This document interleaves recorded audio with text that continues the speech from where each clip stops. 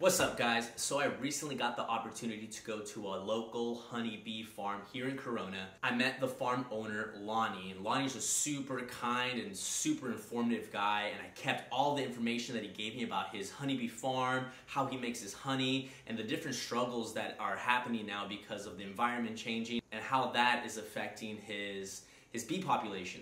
So this is literally like honeybee farming 101, and I kept all the information because Lonnie just gave me so much good stuff, and he just loves this stuff. He was literally just going and going and going with all great information.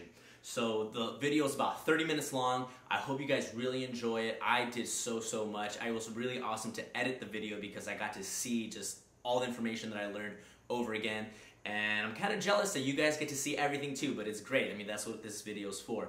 So please enjoy, and if you're around in the Corona area, please go to the local farmer's market. Find Lonnie. He has a bunch of health products for the skin, as well as some amazing honey that's been winning the local Orange County fairs for a while, first and second place, as he mentioned in the video. So I hope you guys enjoyed the video, and go ahead and watch. Do you like living up here? Oh my gosh, this is our seventh heaven. You come through the gate, yeah, and it's a whole nother world. That's awesome. The animals are up here, nature's up here. We do grapefruits, lemons, a few oranges. The lemons or the grapefruit are Oro Blancos. They're sugar sweet. Okay. We planted all the trees up here, mainly just to try and get a little bit of income for taxes. Got it. Okay. A ranch, this is just shy of 30 acres, and it'll bankrupt you. Oh, really? You know, you put 5,000 feet of pipe down, and just, yeah, everything's in thousands of feet of, yeah, just, you know, 50 feet from Home Depot. So with the citrus, do you pick it yourself? Yeah, everything's done by ourselves. And where do you sell it? Or? At our Corona Farmers Market on Saturday. Here's our pomegranates. Okay. We planted those. They're new? Yeah, we planted these about 12 years ago. We're working with UCR, the local university, on doing some grafts. Okay. One of the professors. Avocados up above us, and some more Oro Blancos. Oh, that's beautiful. Wow. This is beautiful. The highest Corona, right? I think it is. It's right at 2,000, about 20 feet elevation. Depends on whose GPS they're looking at. Well, I don't see anyone's higher when I'm down there walking. No, I don't either. No, I see yours. In a lot of beekeepers, they do beekeeping for pollination.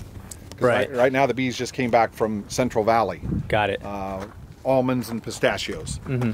So what does that mean? Like they pollinate them. All the commercial groves up there. They're just, as you go up the 5 freeway. Yeah. There's just miles and miles of all these different plants, and there's not enough bees naturally to. So you'll transport them? They get trucked up there. Oh wow! And then they put them in the farmers' fields, and like I say, if you go up the 5 freeway, I mean, you'll see bees crisscrossing the freeway. Oh wow! And that's from somewhere else. They they bring a lot of bees in all over the United States, up to the Central Valley. Okay. And then they'll come back here. They're back on the property now. Okay. They'll stay for a while. Then they'll go to the North Dakota, and they'll make alfalfa. And, oh really? What's the other one? Do you charge them for that, or they pay you, or? No, well, some bees are ours, and we work with a beekeeper. Okay. You got to have a deep pocket to be a big beekeeper. Really? Because you could lose thousands of dollars in a heartbeat. Really? Wow. Someone, you know, like let's say this helicopter that's just coming right here. Yeah. Who knows who he is? But let's say if he's a pesticide guy. Yeah. Most likely it's military or PD. Yeah. But if he's pesticide and he's spraying, either for Zika or any of these bugs that they want to kill, and it gets on your product, on your plants, then it can kill the bees. Right. And I know guys that have lost hundreds of thousands of dollars in bees.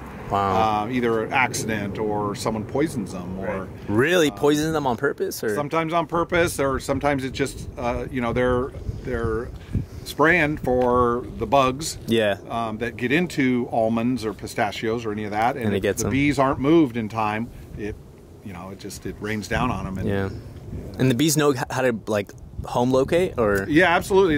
A bee, once the hive is set, it navigates off the sun. Okay. And through ultraviolet and the sun if it's cloudy, and then it knows right where to come right back home. That's crazy. So if you set the bees down in the morning and they fly off and you move them 100 yards away, they're lost. Really? Yeah. Wow. So you can't just move a beehive 10 feet or 15 feet.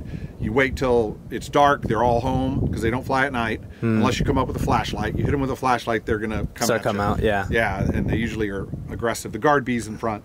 And so you move them at night or early in the morning. Okay. If they're netted, move them, set them down, and then they just go out back to work. Okay. They work 24 hours a day. Really? Yeah, they're an incredible creature. That's awesome. So being the mountain here, no one sprays the mountain. We won our first and second place with our honey at the Orange County Fair. That's awesome. The fair was operating. Yeah, so it's the mountain's just full of wildflowers. Yeah, it's good stuff.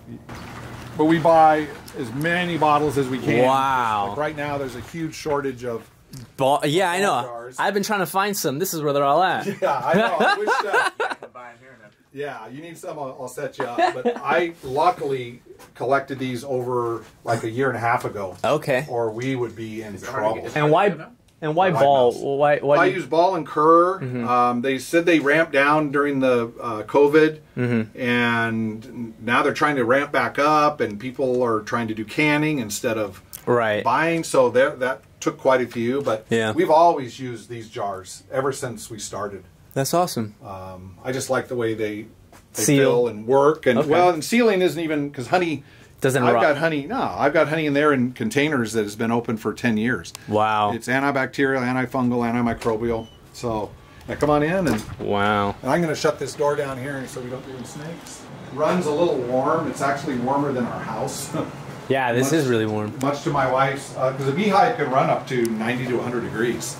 The bees are able to make heat. Yeah. And then they'll bring water in, like an evaporative cooler if they need to cool things down. Got it. So in the winter, they're all consuming a lot of honey and vibrating their shoulders and muscles to make heat. Wow, I didn't know that. That's how they'll even sometimes kill a predator that comes in. With wasp heat? Or something, they'll surround it and cook it.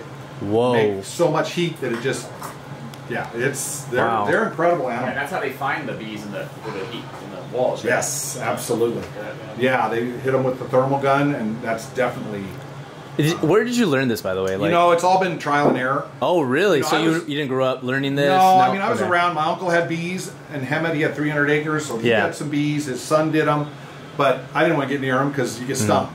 Yeah. So this has been kind of a trial and error, just, learn by doing. Yeah. And it's been a blast. We first started, like normally we'll bring the bee boxes in here. Yeah. And this is an extractor, very similar to these two here, to a centrifuge. Okay. So it spins and throws the honey out. So when we started with a 4-frame hand crank. 4-frame hand crank, okay. So what you had to do is you put 4 frames in it. Oh, wow. Hand crank it for a minute or two because it was only draw the honey out of one side. Okay. And first when you bring them in, you have to decap them. We started by using a heat knife, and the heat knife's next door. I used it one time and put it away because it's like the curling irons, or it's like if you cook spaghetti and burn the bottom, and then you scrape that bottom burnt stuff off and put it into your food, you're going to taste it. Right. So I thought, you know what, if I'm cooking that honey and it gets hot, I mean, it's just smoking because you set the knife down, it keeps keeping hot. Then you put it on the next one and put it inside the honey, then you put it into your honey. So it affects the flavor. Right. So we do it the old school way. Okay. This is a decapper. This is a super old one. You can't legally use these anymore because this is aluminum, and aluminum reacts with honey. Okay. So, but this is an old school one. The newer ones, so it's really sharp. Okay. You decap it, break it, open, set it inside. Spin it to the next one. Just keep doing that, and you fill this whole piece up. And then would you just spin it? Then it spins, has a motor. Now, the one I was using was a hand crank, so you had to hand crank it. Got it. And it was hundreds of these things. This is ridiculous, because then you cranked it for a minute or two, then you had to flip them, because otherwise it becomes too heavy. Oh, so then you crank that for a few minutes, then you got to flip it back and do the other one. Yeah. So it was very time-consuming, a pain. So I rigged up, I was a mechanic at the time at a print shop, so I rigged up a DC motor with a belt cog drive, a little variable speed, and that way I could do other things. But the minute you turned away from it, something would break. Yeah. You know, it wasn't meant to be powered. So that's when we bought this one. This is a 1980 model, actually. Oh, wow. The guy called us and said, hey, I got an extractor that's been in my garage and I want to sell it. And I said, does it have a yellow label on it, which is Dayton, which is a good quality. Okay. Super good quality, bee company from the Midwest. And he goes, yeah, it does. So the guy delivered it to the market, and this has been a lifesaver for us. Wow. It's what they call tangial. Tangial, what does that mean? It means it extracts the honey from both sides. So the honey flies out at both sides. Oh, understood. So that way you don't have to do it one side. Flip it to the next side. Hit the switch. Hit the old school. This is a leather clutch. Okay. Crank it down. It spins. Throws the honey against the wall. And then it'll pour down through the... Goes down through there. Sweet. And then we have our Can you hold it real quick? sieves into a bucket, and that way you'll get any bee parts or wax or anything. And then I save the wax, and I'll keep it. And then that's part of what I make my skincare products out of. Okay. Which work phenomenal. Glen Ivy Hot Springs carries our products. There's a bunch of little stores, specialty stores. That's awesome. 3 ingredients and an essential oil, and I have some listed on here on the table. I'll show you later. Okay, sweet. But yeah, the capping wax, then we put it in a spinner. The spinner's in the other room. Okay. You spin it to get all the honey out of it, and then you take the wax and melt it down and then use it for your skincare products. That's beautiful. So you don't waste anything. I try not to waste anything at all, and it was my daughter's idea. She was a business major out of UCR, and so she's the one that works in Newport for the city, and she said, Dad, why don't you do something with all that wax? I had tons of wax. Yeah. And I said, what am I going to do? So she sent me a couple recipes, and then I modified it for about a year. Nice. My wife was working at Auto Club. I'd be working all day making all these skincare products. She'd come home, test them, too soft, too hard, not the right smell, whatever. Yeah. So we got down to our set product over a year of practice and testing. That's beautiful. And yeah, it's pretty cool. And we even make custom items for Barbera. Yeah. He has one of them. Yeah. Oh, nice. Yeah, I love it actually, and I put it all over. He has the skin rescue one. Yep. Yeah, I'll just like rub it on my. We have people use it head to toe. Yeah, and it's beautiful. It works great. It works. Wax has what's called wax moths. Okay. So if I were to leave this outside, a wax moth would get in here and lay its eggs, then the larva would start eating the wax. Oh. So you got to really be careful. Like I've got some old combs sitting out, and that's almost what it looks like right there. It turns white. Okay. And there could be a little larva. A lot of times, like if you pull honeycomb from a frame, you want to put it in the freezer and freeze it, because there could be wax moth larva and eggs. they could hatch and they could spoil the whole thing. Yeah, well, they're going to crawl all over, and that's the last thing. Someone looks at the, beeswax honeycomb and goes, what's in there? It's nature. I mean, it is what goes on. Who's your biggest honeycomb customer right now? Sitting with the camera. Yeah? Well, you munch out on them or what? When I'm extracting, the extractors, we're running here, and we put our tables up here, our plates, our stainless steel. We'll all sit across here, and we'll start working on it. I'll be eating wax, chewing on it. You don't swallow it. Yeah. You can, but you can't swallow too much. You're going to eliminate it, but you don't want to eat 5 pounds of it. Right. You're going to get sick. But you chew on it, you get the nutrients out of the wax. Wow. It's phenomenal. Yeah. It's absolutely phenomenal. Thing's killer for sore throats and stuff. Yep. Really? Yeah, it's a lot of the propolis is in there. It just goes down and helps tremendously. Especially the browner, the darker it is. Yeah. I like the darker it ones is, the best. The more antioxidants in it. You can see all different kinds of honey, just different colors and different flavors come from different flowers. How do you even control that? You got to keep in mind all worker bees are females, so you can't control it. I don't know. It's nature. Yeah. All worker bees are female bees. Yeah. The drones mate and eat. That's all they do. And they can't even feed themselves, just like the queen. The queen cannot feed herself. So if the drones are real big, a queen is large also. And then the worker bee is just standard, normal size, 5/8 of an inch or so, ½ inch. Yeah. But the drone and the queen have to be fed by the nurse bees. Yeah. Or they will die. Yeah. And a certain time of the year, the drones get kicked out because they're not needed, especially winter. They just kick them to the curb. Whoa. And just like the old Aesop's fable with the, what was it, the grasshopper? Yeah. Don't do any work, you know, in wintertime they kick them to the curb or kill them. Because you'll see them grabbing them. The females will grab them and drag them out. So you're done. Damn. And then at the front of the hive, you have guard bees. Yeah. And they'll keep anything from coming in that's not supposed to come back, whether it's a drone or a wasp. I didn't even know there were so many roles that were played. That bee movie that, who is it, Seinfeld did? Yeah. That is so true. When they show that rack with all the different bee jobs, yeah. but there's no pollen jocks. The pollen jocks are girls. Okay. So they go out and get the pollen. That's the right. last thing a bee does in its life is collect pollen, nectar, and water. That's the last thing. They're flying the farthest away, but their first job when they hatch out is to clean their comb, get it prepped for the next egg that gets laid, because it's a ongoing. The queen lays thousands of eggs a day. Yeah. And here's this is a queen cell right here. How big it is? Wow. There's this queen cell there. See, otherwise the normal cells are this size. Well, that's a queen cell. I mean, that's a huge cell. It's like a little cannon.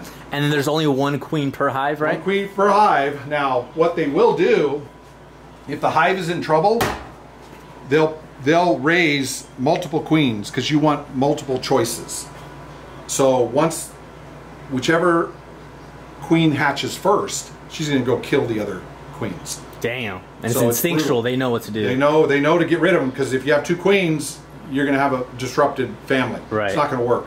And the queen's stinger is barbless. So she can sting you even. She can sting you and sting you and sting you. And where a normal bee, it rips their abdomen and kills them. So she'll go sting the other ones, and then they'll haul all the dead queens out, and then away they go. Yeah, the worker bee metaphor is hitting me now. It is insane. They work. So is the hive mind. The hive mind, yeah. Yeah, everything's for the protection of the hive and the operation of the hive, and the just for it to run efficiently. So, and they do. I mean, it's pretty incredible to see them in action. Yeah. And then the product that it produces is just phenomenal. So this doesn't hurt the bees taking their honey, or how does that work? I mean, you can look at it two ways. Yeah. Let's say this wall, if you cut a hole in this wall, the bee will fill that whole wall with honey. Whoa. If there's product to be made, if there's nectar, pollen, water, they just keep on going, keep on filling. Do they need all that honey? No. They're workaholics. So the bottom box is the brood. The next box is their honey supply. Above that is what we take. Got it. So, and sometimes you'll put a queen excluder to keep, because the queen's bigger, so you'll keep her from going up and laying more larvae. Sometimes you want that because you'll pull the comb.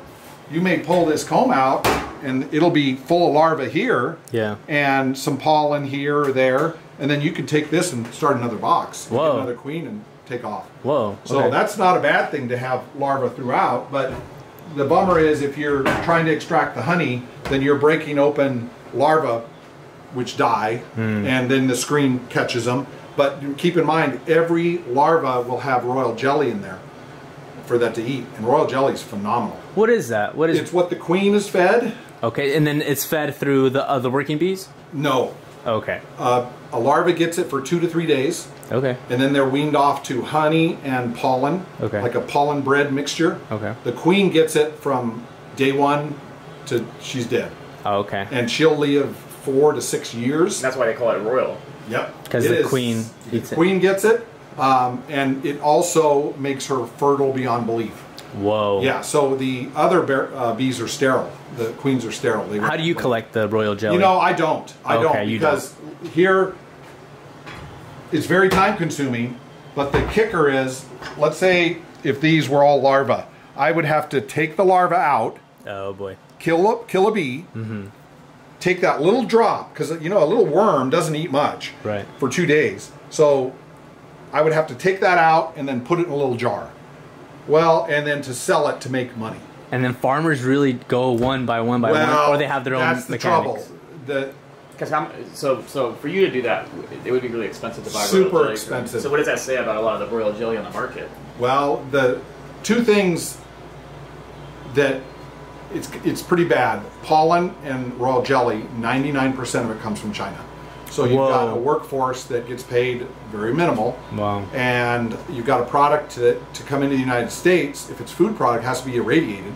So you're killing off a lot of the nutrition. Well, and I don't really. Yeah, I'm not a scientist or anything, but I don't really want to handle something or eat something that's been hit with radiation. Yeah. I really prefer not to. And didn't you go in the warehouse and see like really old bags? Yeah, you can. Pollen comes in from China, and a lot of it then gets repackaged and sold at farmers markets. Really? As fresh like. Yeah, so you got to be really careful, and the new, and they can make tons of money. Yeah. I mean, here again. You don't sell pollen, do you? I do not. No. Okay. But let me go next door and grab it. Let me show you. Okay, there's wax moths right there. This was next door. That's wax moths. So there's the worm right there. See it moving? It's moving. Oh. Yeah. So it's laid. The wax moth's laid, and it'll start chewing this wax. And why do you keep it? Well, there were no wax moths in it. Yeah. That I saw. Yeah. I had this. I took to a school to show some of the kids. People. Okay. So it's the pollen I was showing them. So this is pollen. When I extract, if there's honey in here too, I'll break that open. The pollen goes in the honey, and then pollen floats, so it'll be in the top of the honey or mixed in with the honey. So, but if you were to eat these little sections of pollen, it's like eating a Starburst. Like eating a Skittles. Really? And you'll find totally different colors. Now the new way of thoughts to get away from buying pollen is to use honey that's super raw. So when it comes out in some people, like you see up on here, it has extra pollen. Okay, some people like it like that? Yes, or, okay. and some people eat it just like candy, or you mix it in. And when the pollen's mixed like that pollen will last forever. Right? Yeah, pollen in honey is... But when pollen's by itself, doesn't it oxidize? Well, 6 months to a year. So this one has pollen in it, Well, this right? is probably clover. This is when clover. Clover. When the bees are in the Dakotas, they make clover. And this clover tastes like an apple pie. Insane. But when I poured it off, there is pollen in it. Oh, wow, okay. So I just put it in if someone wants it, and we'll give you samples here in sweet, thanks. In a few minutes, yeah. Because this is set up for the Saturday market. Okay, sweet. But yeah, and all honey, people say, it crystallized, it's not real, it's got sugar in it. But all honey has natural glucose and fructose in it. It's just normal. Yeah. But your body processes it so much more efficient. Wow. Sage has the least natural sugars in it. Sage? Sage. Like I have some up here. And how do you get them? So you said this one has clover from the Dakotas? Dakotas. And then how do they even get that? When the bees are in the Dakotas, it'll be on the clover fields. Clover is one of the most common honeys, and also you'll find them in stores that are sometimes chemically flavored. Whoa. Because there's so much of it. Yeah. Unfortunately, much of the stuff that's in the store it's tough. I mean, it's tough to compete with a big box market that's selling, a huge container of honey for $4. It's like, really? The jar cost me $1. Right. And how can you put 4 or 5 or 6 pounds of honey in there for $2 or $3? Yeah. And then many times it'll say packaged locally, product of wherever, and it's like, wow. Not that other countries, like my son and I, we've traveled to Spain, France. These other countries have good honey. It's just I'm not a firm believer that they're going to ship it all the way across the world here for 50 cents or $1 or something. And to keep it at that price point. Keep it at that price point. Yeah. It's like, nah, I don't. And why not just use what's local? Yeah, that's beautiful. To me, that's the best. So you said the sage? Yes, the sage has the lowest natural sugars. Like this is 015. Oh, wow. And it's starting, so it's 6 years old, and it's crystallized that much. So... Yeah, could you explain the crystallization? Yes. Now, your comment back to how do you keep the bees to one flower? You can't. Okay. You can't. So whatever is in here, they were probably an orange blossom plant open. Yeah. Something, they did get some. And that ended up crystallizing. The sage tends not to crystallize. Oh, so you wait for it to crystallize and you separate it? No, not at all. This is, like if I put that out on the deck, this will liquefy. Oh, got it. Warm water, don't go above 125 to 140 maximum. 180 is pasteurizing, like milks that you buy from the store. Like these is 2015. That's not any crystallization at all. So we have some that we just had different spots. Yeah, I'm not a fan of the crystallization, but for the skin, it's pretty good. Yes, you could dig that out and use it as a scrub. Okay. Great. Oh my gosh, yeah, it's antibacterial, antifungal, super good for you. What's your favorite? Sage. Sage. Yeah, it's super mild. How do you use it? I eat it during the day. My wife will use it in a salad. Oh wow! Put it on fruit. Yeah. I'm afraid if I started using it in smoothies, I'd eat too many of them. Yeah. Because I love smoothies. Yeah. But honey, we have a lot of customers use them in their smoothies, in their yogurts, fish, cooked fish with this. Since it's so low in natural sugars, the fish doesn't burn. Oh, interesting. So, and I like my fish well done, but I don't want it burnt. And we've used the sage. Yeah. And you can just, my wife will just, you can just keep flipping it and wow. And it's good, and good flavor. Orange blossom is super good on chicken and ribs, highest in natural sugars. Orange blossom. Very, very high. The wildflower is also high. This one's, it's under here. It's very dark honey. It's very high in natural sugar, so it tends to crystallize. Nothing wrong with crystallized honey. It just depends on where it comes from. Got it. Because if it's come from a store and it's been cooked to 180 degrees, then it will crystallize. It lasts longer before it crystallizes, and that's one of the reasons they do it. It's got a longer shelf life. But when it does, it's a chunky, like rock salt. Yeah. Versus this that you look at, this is like a fine, fine paste. You can even see it. It would be like white powder. Wow. And really pleasant to eat. And, you know. How would you get that? Like with a spoon? Just some people. Oh, if you were going to use it for your face, you could just pour that off and grab it, or just use a spoon in there. Nice. Put some on. We have women that use it on their face. It's super cleansing. Honey was used in the military hundreds and hundreds of years ago. Honey in a wound makes hydrogen peroxide. Oh, really? Yep. So it's purifying. It cleanses. They're even introduced again, because they did it years ago, many years ago, meta bandages. Meta honey, I think they even call it. So bandages impregnated with honey. So you get a wound, battlefield dress, whatever, you slap it on there, it immediately starts to cleanse. Wow. That's medicine right there. It is super good medicine. And honey desiccates. So if you took this, see, we're a certified California farmer. The state comes out, makes sure we are who we are. But I cannot infuse this with any flavors because it's against our permit. Yeah. But if you took a hot pepper and dropped it in there, the honey will desiccate. It'll draw the moisture, the flavor out of the pepper and put it in the honey. Whoa. And then you could do blueberry. Anything you want to put in there, it's going to draw it. Well, that's what it does in your body. Honey goes into your body, goes to the inflammation, which is moisture, liquids, takes the inflammation away, and lets your natural lubricants work. So for inflammation on joints, it's incredible. Wow. It's really, really good. They have doctors now who are smart ones who are recommending it when they have joint replacements to use honey. As a supplement, as a dietary supplement. Take it. Because you can't go wrong with it. We've had guys who are diabetic and eat a whole 24-ounce one of these in a week, and he monitored his blood. Said nothing. We've got Ironmen that use it in Arizona. He said when he comes out of the water, he either gets on the bike or he runs, whichever they're doing. Yeah. Peanut butter and our honey. Yeah. Whoa. Nice. In minutes, he feels his energy come back. My favorite honey recipe is butter chopped up. Yes. Honey drizzle on the top. Yep. Yeah. Butter chopped up with honey drizzle. Sea salt. I mean, you want a rich dose of energy. Wow. Huge. It's funny you say that, because one of our favorite things to do is take whip the butter and add some honey to it. Wow. It's like you used to get at Marie Callender's. It was that honey butter that you used to put on their cornbread. Yeah. But what was in it? I mean, bunch of was sugar, it really honey? Yeah. Or what? Where we know what this is. Because we have some packets, and I won't say who it is, but the 7th 4th or 7th item is honey. So it's 7% honey.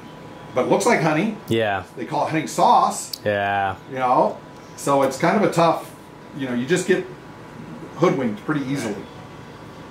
That's crazy. This is awesome, man. Yeah, you want to do some tests? Yeah, of course. You want me to get you on test? Sure. Thank you. Yeah, just here, I'll get on this side. Yeah. Let's see. So what do we got there? We got clover. Yeah, I brought the clover down there. Let me put this here. So your bees don't go to the Dakotas, do they? Sometimes they do, yeah, Okay. and sometimes mistakenly they'll grab our bees too, and I don't care. Okay. You know, the guys, we work with him, he's an awesome guy, he's a Spanish guy, probably in his 80s now. His family's been doing bees for probably 40 to 60 years. Wow. And he's a super guy, I train with him, I learn with him. You never learn everything about bees because he's asking me questions now, and yet he's been in business. Yeah. You know, he's the teacher, but it's because things are happening now that he's never seen. Wow, really? You know, we've seen fig beetles, those big beetles with the turquoise ones. Yeah. We've seen them in the hives, never before.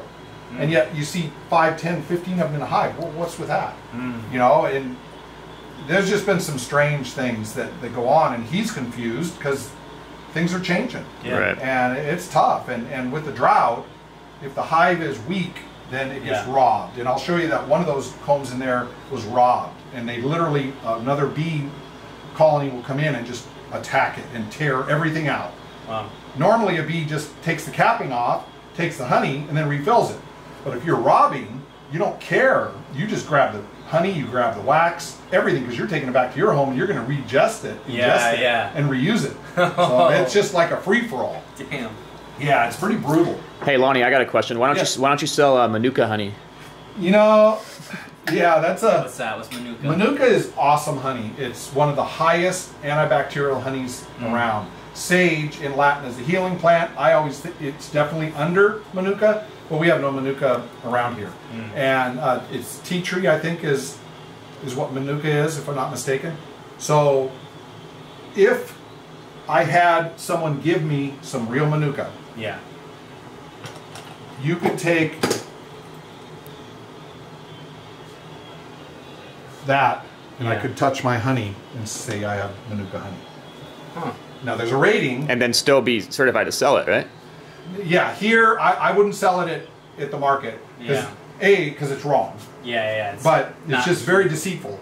But so the regulations are really loose. because Manuka is so, it's like they sell more Manuka than they could ever have produced. It just isn't. So they're diluting it with other honey and then selling it as. And there'll be a number. And I think the minimum, I don't remember what the number scale is, but to get the minimum number scale, you just have to have a touch of Manuka in there. Just a touch. So the rest could be normal plain wildflower or whatever. Wherever they get it and whatever, and then you charge label them. it. And then bam, it's Manuka, and then all of a sudden it's $30 for It's the just tiny jar. premium over the top. And to me, that I'm sorry, it's deceitful. For that reason, I always recommend the sage. It's the healing plant in Latin. It's phenomenal. Lowest natural sugars.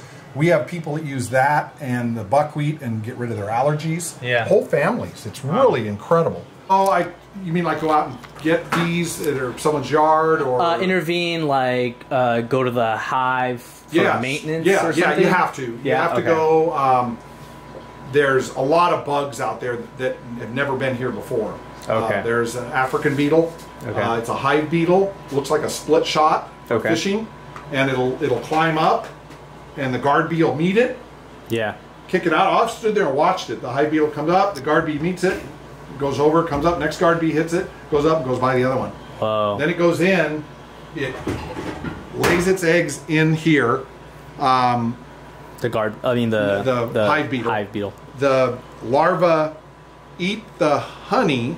They eat the honey, and then when they crap, it ferments and it ruins everything. And then the bees are super clean. I mean, super clean. Yeah.